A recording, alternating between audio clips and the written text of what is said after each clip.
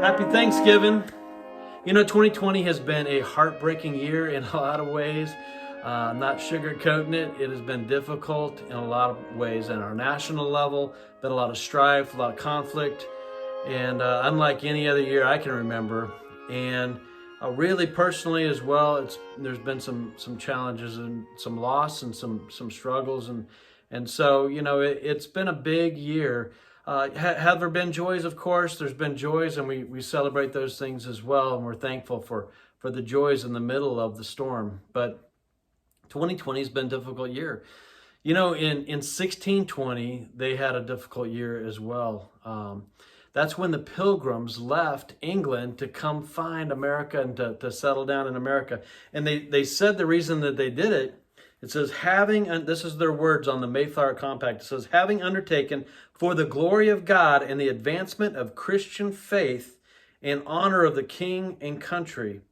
And so they came for Christian faith. They left because the church in England was corrupt, and they were wanting to come with a freedom of worship, to enjoy a freedom of worship. Well, they went through a lot of hardships. Let me just walk you through a couple of those things. In 1620, they left in July, and they were going across the ocean, and they had to turn around twice because there was a boat traveling with them called the Speedwell that sprung leaks. So can you imagine going across the ocean and having to turn around twice because they finally got going in September, and they had to avoid pirates, and they went through storms in the ocean.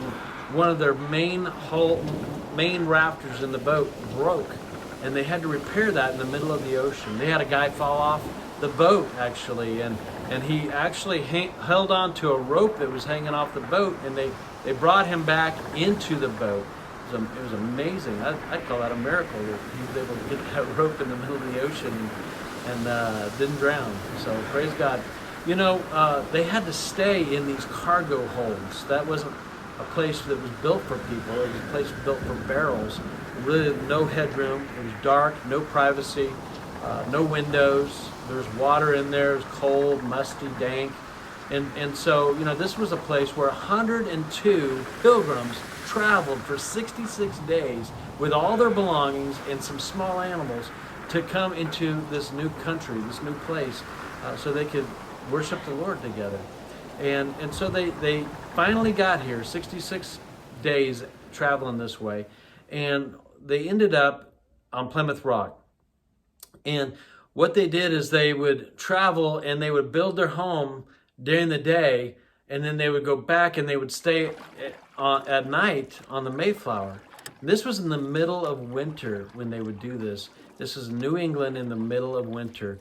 And so there were a lot of people who got real sick doing this kind of thing, working hard, traveling, rowing a boat through the ocean, getting wet, cold, and they ended up losing half of the people that had set out with them originally. So now they're down to 50 people. Their loved ones had died on this whole journey, and the spring had come, and they finally had some places of refuge, a habitation.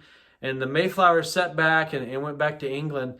And there were two Indians that they met, Samoset and Squanto. And these two Indians understood English. And so I feel like it's amazing. That's a miracle that out of all the places they landed at a place where the people spoke English. And so they helped them through the whole summer. They helped them to learn how to plant, how to hunt, how to do the things that they needed to do to survive in the new land.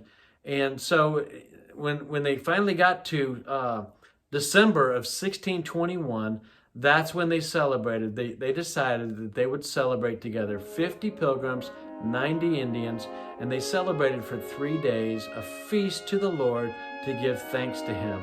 They humbled their hearts. They realized they couldn't have made it without the help of God in their lives. And, that's the way they lived. They had a drought after that. They had a drought come in, and they started to suffer. And then the people got together and prayed, and the Indians witnessed that right after they prayed, it began to rain softly, and all the crops started coming back to life. It was a miracle. Squanto and Samoset, they gave their hearts to the Lord. They accepted the Christian faith. So, it was just a really amazing time. But out of all that hardship, they humbled themselves and they realized that we need God. We really need your involvement, Lord, in our nation at that time. And then also today, we need him more and more. But there was another time when we actually decided to make, or when Abraham Lincoln decided to make Thanksgiving a national holiday. And that was right in the middle of the Civil War, probably the next greatest difficult time in our nation.